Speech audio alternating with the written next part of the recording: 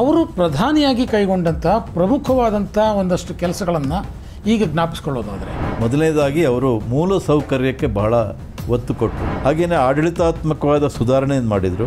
ಅವರಿಗೆ ಅನೇಕರು ಕಾರು, ಬಂಗಲೆ, ಜಮೀನು, ಜಹಾಗೀರು ಇದನ್ನೆಲ್ಲ ಬಂದು ಕೊಡುಗೆಯಾಗಿ ಕೊಡ್ತಾಯಿದ್ರು. ಆದರೆ ವಾಜಪೇಯಿ ಯಾವುದನ್ನು ತೆಗೆದುಕೊಳ್ತಾ ಇರಲಿಲ್ಲ. ಅವರೆಲ್ಲ ಸೊಸೆ, ಅವ್ರ ಅತ್ತಿಗೆಯವರೆಲ್ಲ ನಾವು ನಿಮ್ಮ ಕಾರಲ್ಲೇ ಬರ್ತೀವಿ ಅಂತ ಹೇಳಿದ್ರಂತೆ ವಾಜಪೇಯಿಗೆ. ವಾಜಪೇಯಿ ಹೇಳಿದರು, ಇದು ನನ್ನ ಕಾರಲ್ಲ, ಇದು ವಿದೇಶಾಂಗ ಮಂತ್ರಿಯ ಕಾರ್, ಇದು ಸರ್ಕಾರದ ಕಾರು, ಇದರಲ್ಲಿ ನೀವು ಕೂರೋ ಹಾಗಿಲ್ಲ. ನೀವೇನಿದ್ರು ನಿಮ್ಮ ವ್ಯವಸ್ಥೆ ಮಾಡ್ಕೊಂಡು ಹೋಗಿ, ನಡ್ಕೊಂಡು ಅಥವಾ ಬಸ್ನಲ್ಲೋ ಹೋಗಿ. ಬೇರೆಯ ರಾಜಕಾರಣಿಗಳಂತೆ ಮೈ ತುಂಬ ಭ್ರಷ್ಟಾಚಾರ, ಅದರ ಕೊಳೆ ಕಸ ಗಲೀಜನ್ನು ಅಂಟಿಸ್ಕೊಳ್ಳದೆ ಪರಿಶುದ್ಧ ಕಮಲದಂತೆ ಇದ್ದರು ಅವರು. ಸೊ ಸಾಹಿತಿಯಾಗಿ, ಕವಿಯಾಗಿ ವಾಜಪೇಯಿ ಅವರನ್ನು ನೋಡೋದಾದರೆ ಯಾವ ರೀತಿ ನೋಡೋದು?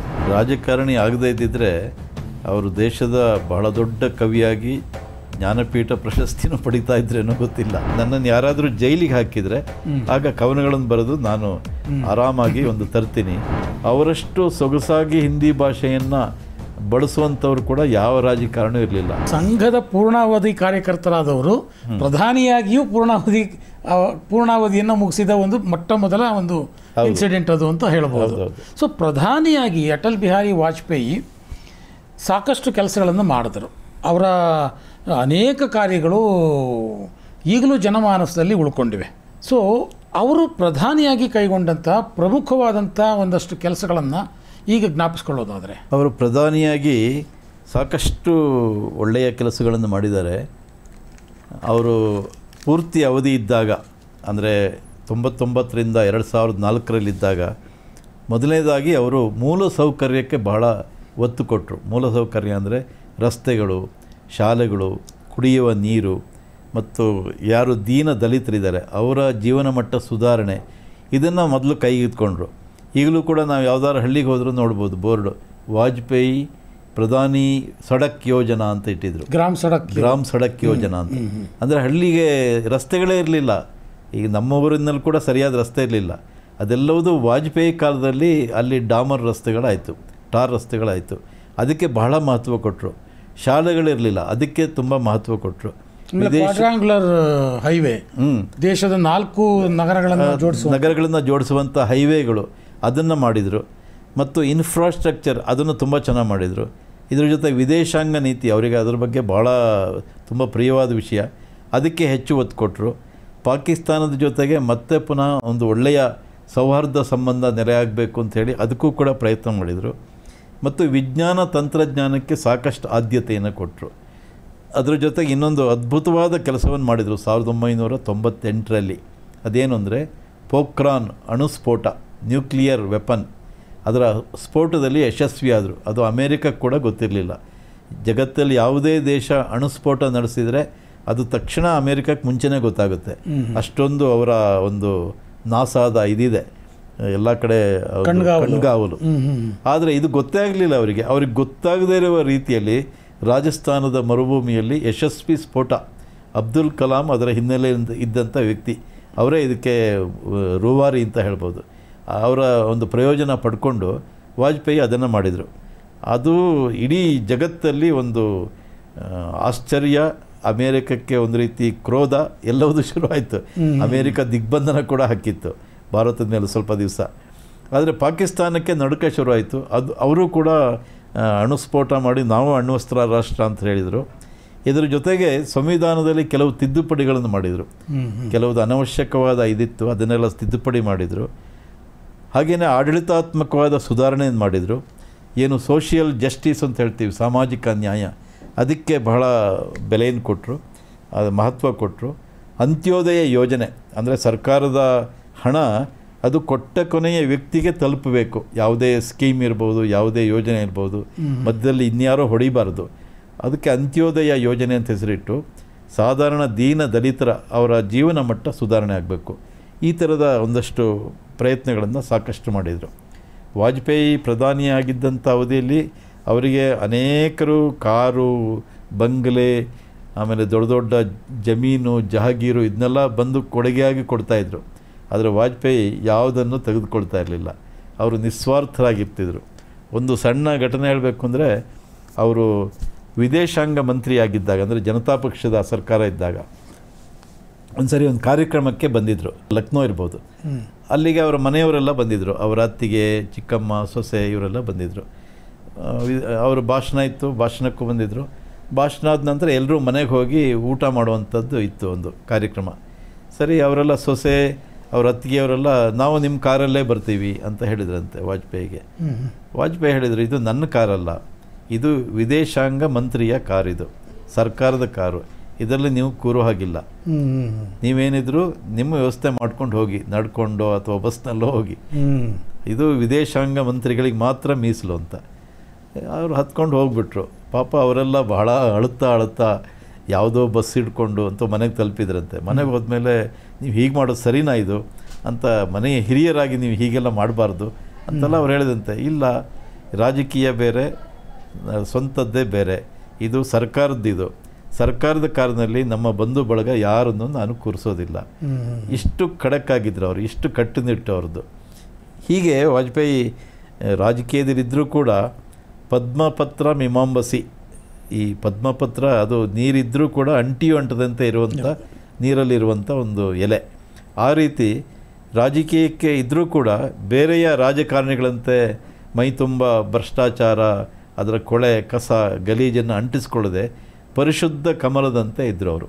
BJPಯ ಏನು ಸಿಂಬಲ್ ಇದೆ ಕಮಲ, ಅದಕ್ಕೆ ಅನ್ವರ್ಥಕವಾಗಿ ವಾಜಪೇಯಿ ಇದ್ದರು ಅಂತ ಹೇಳ್ಬೋದು. ಈ ರೀತಿಯ ಒಂದು ರಾಜಕೀಯ ಜೀವನವನ್ನು ಅವರು ನಡೆಸಿದರು. ಸೊ ರಾಜಕೀಯವಾಗಿ ಸಾಕಷ್ಟು ಸಾಧನೆಗಳನ್ನು, ಸಾಕಷ್ಟು ಜನಪ್ರಿಯತೆಯನ್ನು ಗಳಿಸ್ಕೊಂಡ್ರು. ಅದಕ್ಕೆ ಅವರಿಗೆ ಬಹುಶಃ ಸಹಕಾರಿಯಾಗಿದ್ದು ಅವರ ಕವಿ ಮನೋಭಾವ ಅಂತ ಅನಿಸುತ್ತೆ. ಅವರಲ್ಲಿದ್ದಂಥ ಕವಿತ್ವ ಅನ್ನುವಂಥದ್ದು ಅವರನ್ನು ಸಾಕಷ್ಟು ಜನರ ಹತ್ತಿರ ತಗೊಂಡೋಗಲಿಕ್ಕೆ ಅನುಕೂಲ ಆಯಿತು. ಸೊ ಸಾಹಿತಿಯಾಗಿ, ಕವಿಯಾಗಿ ವಾಜಪೇಯಿಯವರನ್ನು ನೋಡೋದಾದರೆ ಯಾವ ರೀತಿ ನೋಡಬೇಕು? ವಾಜಪೇಯಿ ಬಹುಶಃ ರಾಜಕಾರಣಿ ಆಗದೇ ಇದ್ದಿದ್ದರೆ ಅವರು ದೇಶದ ಬಹಳ ದೊಡ್ಡ ಕವಿಯಾಗಿ ಜ್ಞಾನಪೀಠ ಪ್ರಶಸ್ತಿನೂ ಪಡಿತಾ ಇದ್ರೇನೋ ಗೊತ್ತಿಲ್ಲ. ಆದರೆ ರಾಜಕೀಯದ ಸೆಳೆತದಿಂದಾಗಿ ಅಥವಾ ರಾಜಕೀಯಕ್ಕೆ ಅನಿವಾರ್ಯವಾಗಿ ಬರಬೇಕಾಗಿದ್ದರಿಂದಾಗಿ ಅವರ ಕವಿತೆಗೆ ಒಂದು ಸ್ವಲ್ಪ ತೊಡಕಾಯಿತು. ಆದರೂ ಸಮಯ ಸಿಕ್ಕಿದಾಗೆಲ್ಲ ಕವಿತೆ ಬರಿತಾಯಿದ್ರು. ಯಾರೊಬ್ಬರು ಕೇಳಿದಂತೆ, ನೀವು ಯಾಕೆ ಒಂದು ಕವನ ಸಂಕಲನ ಹೊರಗೆ ತರಬಾರ್ದು ಅಂತ. ಅವ್ರು ಹೇಳಿದಂತೆ, ಹೌದು ತರಬೇಕು, ನನಗೂ ಮನಸ್ಸಿದೆ. ಆದರೆ ಅದಕ್ಕೊಂದು ಒಳ್ಳೆಯ ಸಲಹೆ ಏನು ಅಂದರೆ, ನನ್ನನ್ನು ಯಾರಾದರೂ ಜೈಲಿಗೆ ಹಾಕಿದರೆ ಆಗ ಕವನಗಳನ್ನು ಬರೆದು ನಾನು ಆರಾಮಾಗಿ ಒಂದು ತರ್ತೀನಿ, ಯಾಕೆಂದ್ರೆ ನನಗೆ ಟೈಮ್ ಬೇಕು, ಜೈಲಲ್ಲಿದ್ದರೆ ಟೈಮ್ ಸಿಗುತ್ತೆ ಅಂತ. ಯಾಕೆಂದರೆ ಸಾಕಷ್ಟು ಬಾರಿ ಅವರು ಜೈಲಿಗೆ ಹೋಗಿದ್ರು, ಎಮರ್ಜೆನ್ಸಿಲಿ ಹೋಗಿದ್ರು, ಮುಂಚೆನೂ ಹೋಗಿದ್ರು, ಬೇರೆ ಬೇರೆ ಸಂದರ್ಭದಲ್ಲಿ ಸಾಕಷ್ಟು ಸಮಯ ಸಿಗುತ್ತೆ ಅವಾಗ ಅಂತ. ಈ ರಾಜಕೀಯದ ಕಾರ್ಯಕ್ರಮಗಳ ಮಧ್ಯೆ, ಓಡಾಟದ ಮಧ್ಯೆ ಸಮಯ ಸಿಗೋದಿಲ್ಲ ಅಂತ. ಆದರೂ ಕೂಡ ಅವರು ಸಮಯ ಮಾಡಿಕೊಂಡು ಕವನ ಬರಿತಾಯಿದ್ರು. ದೇಶದಲ್ಲಿ ಯಾವುದೇ ಒಂದು ವಿದ್ಯಮಾನಗಳು ನಡೆದಾಗ ಅದರ ಬಗ್ಗೆ ಕೂಡಲೇ ಒಂದು ಕವನ ಬರ್ತಾಯಿತ್ತು ಅವ್ರ ಬಾಯಿಂದ. ಅವರು ಚಿಕ್ಕ ವಯಸ್ಸಿನಲ್ಲೇ ಹಿಂದೂ ಜೀವನ ತನು ಮನ ಅಂಥೇಳಿ ಒಂದು ಕವನ ಬರೆದಿದ್ರು. ಅದು ಬಹಳ ಪ್ರಖ್ಯಾತವಾಗಿತ್ತು. ಅದನ್ನು ಅವರು ತಮ್ಮ ಪತ್ರಿಕೆ ರಾಷ್ಟ್ರಧರ್ಮದಲ್ಲೂ ಕೂಡ ಹಾಕಿದ್ರು ಅದನ್ನು, ಆ ಕವನವನ್ನು. ಇದು ಹಿಂದೂ ತನುಮನ, ಹಿಂದೂ ಜೀವನ, ರಗರಗ ಹಿಂದೂ ಮೇರಾ ಪರಿಚಯ್ ಅನ್ನುವಂಥ ಒಂದು ಕವನ. ಅದು ಗುರೂಜಿಯವರಿಗೆ ಕೂಡ ಬಹಳ ಇಷ್ಟವಾದ ಕವನ ಆಗಿತ್ತು. ಆ ಕವನದಲ್ಲಿ ಬಹಳ ಅದ್ಭುತವಾಗಿ ಭಾರತ ಮಾತೆಯನ್ನು ವರ್ಣನೆ ಮಾಡುವಂಥದ್ದು ಎಲ್ಲ ಇದೆ ಅದರಲ್ಲಿ. ಹಾಗೆಯೇ ಅನೇಕ ಕವನಗಳನ್ನು ಅವರು ಬರೆದಿದ್ದಾರೆ. ಅವರ ಕವನಗಳಲ್ಲಿ ಒಂದು ಊಂಚಾಯಿ ಎನ್ನುವಂಥ ಒಂದು ಕವನ, ಕ್ಷಮಾಯಾಚನ, ಜಂಗ್ ನಾ ಹೋನೆ ದೇಂಗೆ, ಮೈ ನಯಾ ಗೀತ್ ಗಾತಾ ಹೂँ ಅನ್ನುವಂಥ ಒಂದು ಪ್ರಸಿದ್ಧ ಕವನ, ಮೇರಿ 51 ಕವಿತಾಯೆ ಅಂಥೇಳಿ ಅವರ 51 ಕವಿತೆಗಳ ಒಂದು ಸಂಕಲನ, ಆವೋ ಫಿರ್ಸೆ ದಿಯಾ ಜಲಾಯೆ, ಬನ್ನಿ ಇನ್ನೊಂದು ಸರಿ ದೀಪ ಬೆಳಗೋಣ ಅನ್ನುವಂಥ ಕವನ, ಜೀವನ್ ಬೀತ್ ಚಲ ಮೌತ್ ಸೆ ಟನ್ ಗಯಿ, ಕದಮ್ ಮಿಲಾಕರ್ ಚಲ್ನಾ ಹೋಗಾ, ಮೈನೆ ಚುಪ್ ಹೂँ ನಾ ಗಾತಾ ಹೂँ, ಕೌರವ್ ಕೌನ್ ಕೌನ್ ಪಾಂಡವ್, दूध में दरार पड़ गई, खून क्यों सफ़ेद हो गया, रक्त ಯಾಕೆ ಬಿಳಿಯಾಯಿತು, ಪುನಃ ಚಮಕೇಗ ದಿನಕರ್, ನ ದೈನ್ಯಂ ನ ಪಲಾಯನಂ ಅನ್ನುವಂಥ ಒಂದು ಇದು, ಮೈನೆ ಜನ್ಮ ನಹಿ ಮಾಂಗಾತ, ನಾನು ಮನುಷ್ಯನಾಗಿ ಹುಟ್ಟಬೇಕು ಅಂತ ಇರಲಿಲ್ಲ ಅನ್ನುವಂಥ ಒಂದು ಕವನ. ಹೀಗೆ ಭಾಳ ಅದ್ಭುತವಾದ ಕವನಗಳನ್ನು ಬರೆದಿದ್ದಾರೆ. ಅನೇಕ ಕವನಗಳು ಕಳೆದೋಯ್ತು. ಆದರೆ ಬೇರೆ ಅವರ ಸ್ನೇಹಿತರು ಅವರೆಲ್ಲ ಸೇರಿ ಒಬ್ಬರು ಗಟಾಟೆ ಅಂತ ಅದನ್ನೆಲ್ಲ ಸಂಗ್ರಹಿಸಿ ಒಂದು ಪುಸ್ತಕ ಮಾಡಿದರು. ಮೇರಿ 51 ಕವಿತಾಯ ಕೂಡ ಅದರಲ್ಲಿ ಒಂದು. ಇದೆಲ್ಲ ಬೇರೆ ಬೇರೆ ಥರದ ಕವನಗಳು. ಅದಲ್ಲದೆ ಅವರ ಮಾಡಿದ ಭಾಷಣಗಳು ಮತ್ತು ಲೇಖನಗಳು, ಬರೆದಂಥ ಲೇಖನಗಳು, ಅದನ್ನು ಬೇರೆ ಬೇರೆಯವರೆಲ್ಲ ಅದನ್ನು ಪಬ್ಲಿಷ್ ಮಾಡಿದ್ದಾರೆ, ಸಂಗ್ರಹ ಮಾಡಿಬಿಟ್ಟು ಕಂಪೈಲ್ ಮಾಡಿ.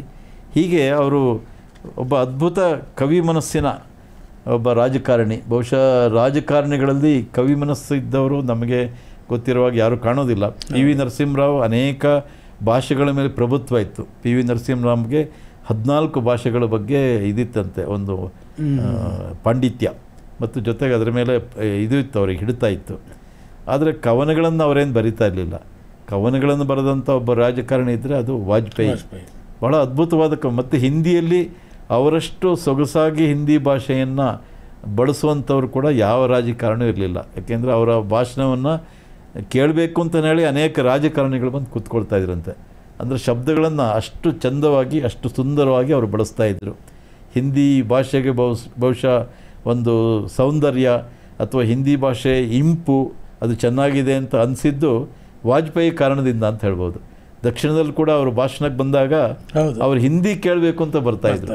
ಬೇರೆಯವರು ಬರ್ತಾಯಿದ್ರು ಉತ್ತರದಿಂದ, ಆದರೆ ಅವ್ರ ಹಿಂದಿ ಯಾರಿಗೂ ಇಷ್ಟ ಆಗ್ತಾ ಇರಲಿಲ್ಲ.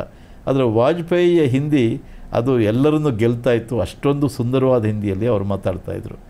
ಹೀಗೆ ಅವರ ಸಾಕಷ್ಟು ಕವನಗಳು ಈಗಲೂ ಕೂಡ ಪ್ರಚಲಿತ ಇದೆ.